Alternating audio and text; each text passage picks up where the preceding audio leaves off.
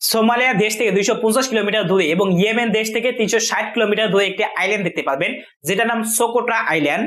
এবং এই আইল্যান্ডটি কোনো সায়েন্স ফিকশন মুভি বা এলিয়েনের কথা মনে করে দেয়, কারণ এই আইল্যান্ডটি বাকি পৃথিবী থেকে এতটা আলাদা।